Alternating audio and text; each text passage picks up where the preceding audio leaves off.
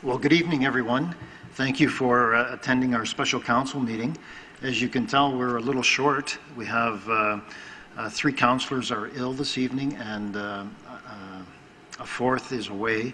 But there are 5 very important people here who make up quorum, and that will help us to make decisions this evening. So I am going to call this meeting to order, and Councillor Reid, I believe you have the motion to rise from closed session.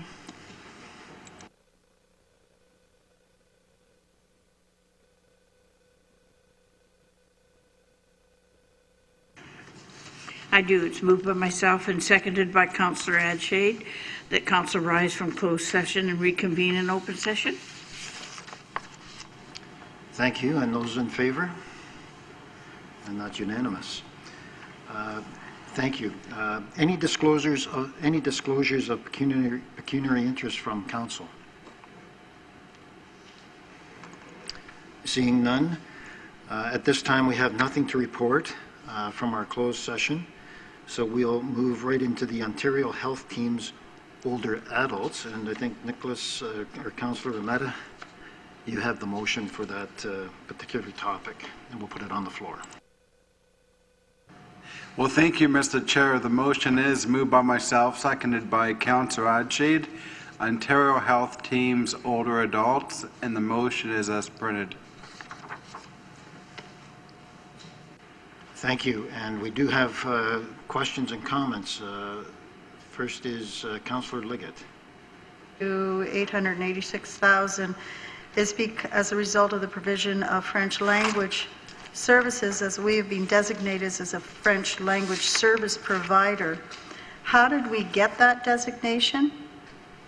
Thank you, and I see Nicole Cotello at the podium, and I'll ask Nicole if you could respond to that for us, please. Thank you. So about a year and a half ago, the LHIN approached City of Cambridge. They were looking for someone through the province was indicating that there was a mandate for there to be French language service provided. And because in Waterloo Region, the City of Cambridge has the largest proportion, sorry, I took the stairs, so I'm catching my breath. I tried to get here on time. So then the City of Cambridge has the largest proportion of Francophone speaking people within LHIN. And the LHIN is more than just Cambridge. It's also Waterloo Region and some of the rural areas surrounding. So at that time, staff had gone back to the LHIN and said, you know, we're really not looking to increase. We did go back to staff, and there was this feeling that if it was a completely funded program, that we would take it on as a one-time grant, a pilot, to see if there was some pickup or uptake. In fact, we met with quite a bit of success, and in fact, the French language service, the LHIN has already approached us to say they'd like that to become base funding moving forward. So it was an allocation of dollars that the LHIN had identified, and we used those projections to determine the level of service we could provide. Mr. Chair, if I could ask a follow-up question. Thank you, Nicole, and Councillor Liggett. Continue. So you're saying it's a pilot program. So all of this funding comes from the province now through the It comes from our local health integration network, from the province. So who have been mandated by the province, and it's 100% funding for this pilot project, so it's still one-time grant. And the reason it was one-time initially is because we received funding about halfway through the funding year. And so really there wasn't an opportunity to demonstrate the units of service we needed to demonstrate within that 6 months, so that agreement was extended another year.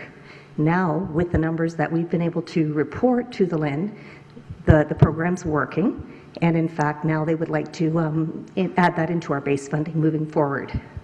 So there's no chance of us getting caught having to pay all this later, do you think? Well, we haven't signed an agreement for base funding at this point. That would come back to council for discussion. Okay, thank you. Thank you, and Councillor Reid. Thank you, Mr. Chair. I just wanted to say I'm really supportive of the work that's being done here, and in particular for the adult day services and for older adults. I mean, working on the council, the Cambridge Council of Aging, and the work that Nicole has added to that council, and myself as sitting on the council, we really know the need is there in our community And so I'm really very supportive of what's happening here. Thank you, Councillor Reid. Any other questions or comments from council? If I could just make a comment now, because we're in debate portion, are we?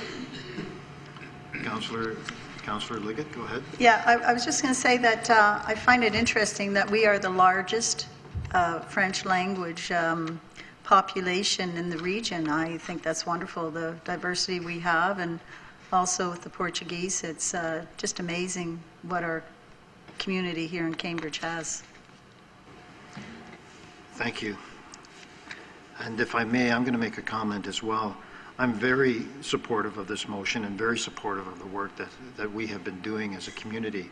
And I find it very interesting that 31 groups out of 158 have been identified, and in Waterloo region, Cambridge and North Dumfries is the only one. So I think that really speaks well to staff and the work that they've done and the time and effort that's gone into this. So I congratulate you on that.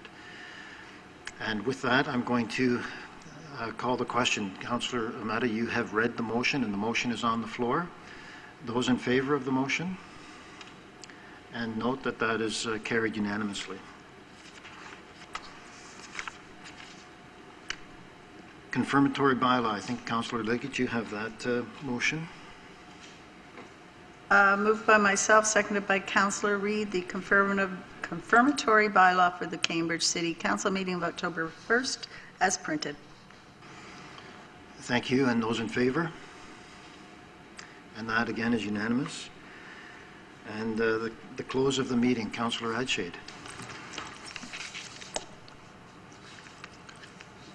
Moved by myself and seconded by Councillor Armetta that the special council meeting is now adjourned at 6:40 p.m.